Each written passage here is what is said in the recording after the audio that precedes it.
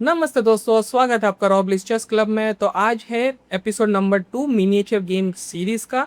और इसमें मैं गेम बताने वाला हूँ अलेक्जेंडर अलियाकिन वर्सेस मेरा लॉर्ड वेसिक माइल्स। माफ़ करना अगर मैंने प्रोनाउंसिएशन गलत कर दिया। तो ये गेम खेला गया था 1931 में एक साइमल्टेनियस एग्जीबिशन में। तो अलाकाइन इसमें वाइट थे और उन्होंने खेला E4, E6, D4 और D5। तो ये है French defence E4, E5, D4, D5।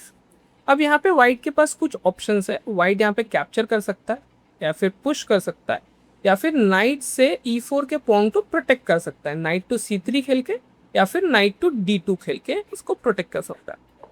White ने खेला नाइट टू C3 और उसको प्रोटेक्ट किया।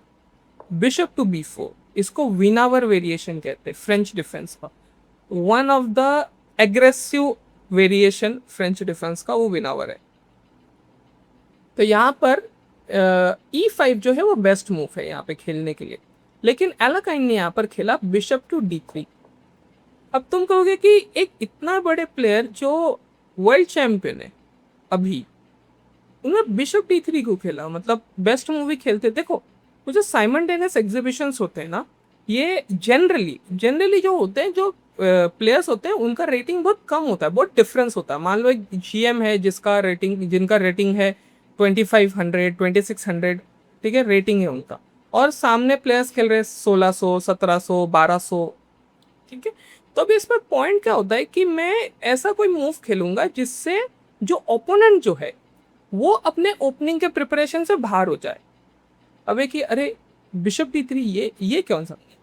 और यहाँ पे देखो उसने गलती किया भी, और यहाँ पर ब्लैक ने खेला बिशप टेक C3 जो कि रॉन्ग मूव है। अब bishop take C3, B take C3 यहाँ पे रॉन्ग की बात मैं बताता हूँ। देखो नेक्स्ट मूव में आपको पता चलेगा। H6 खेला और वाइट ने यहाँ पर खेला बिशप टू A3। इससे पूरा डायगोनल जो है कवर हो गया, ठीक है। अब कैसलिंग करने में थोड़ा सा मुश्किल है, हाँ नाइट टू E7 कैसलिंग कर सकते हैं, लेकिन पूरा डायगोनल जो इसको मिलेगा। अब यहाँ पे करना क्या चाहिए था, उसको नाइट यहाँ पे होल्ड करना है। अगर कैप्चर करना है तो कैप्चर कर लो, यहाँ पे C5 खेल सकते, ये दो मूव जो है वो खेल सकते हैं यहाँ पर। और वेट करना है वाइट के लिए, वाइट जब भी A3 खेलेगा। अब मान लो कि उसने C5 खेल किया, मान लेते हैं ना, C5 खेलने के बाद वाइट ने A3 खेला। A3 के बाद अब बिशप टेक C3 करना है, बिशप टेक C3 चेक और बी टेक C3 चेक। अब इसमें फर्क क्या आया, फर्क ये आया कि A3 के बाद अब वो बिशप A3 पे नहीं डाल सकता, और अगर उसको A3 पे खेलना भी है वो पहले A4 खेलेगा, पहले पॉन को पुश करेगा, फिर बिशप को A3 पे खेलेगा। तो इमीडिएटली उसको नहीं मिल रहा है ना खेलने के लिए, तो ये फर्क है।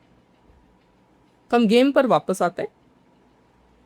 H6 के बाद बिशप A3, नाइट D7, यहाँ पर नाइट टू E7 मेरे को लगता है ज्यादा बेटर मूव था। Queen to E2, D takes, bishop takes, knight G/F6, symbol bishop पर अटैक किया, अब बिशप को पीछे ले गया।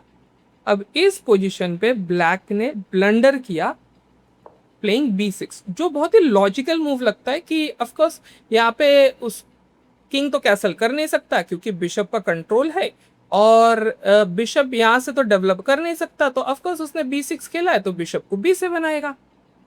Simple logical idea.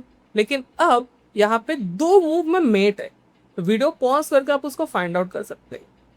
और मूव क्या है यहाँ पर, क्वीन टेक्स E6 चेक। अभी अगर यहाँ पर क्वीन टू E7 आती तो क्वीन टेक्स E7 तो मेट है, देखो बिशप से प्रोटेक्टेड, तो मेट हो जाएगा। और अगर ब्लैक ने ये खेला तो F टेक्स E6, तो फिर सिंपल बिशप टू G6, ये चेकमेट है, ठीक है। तो थैंक यू सो मच।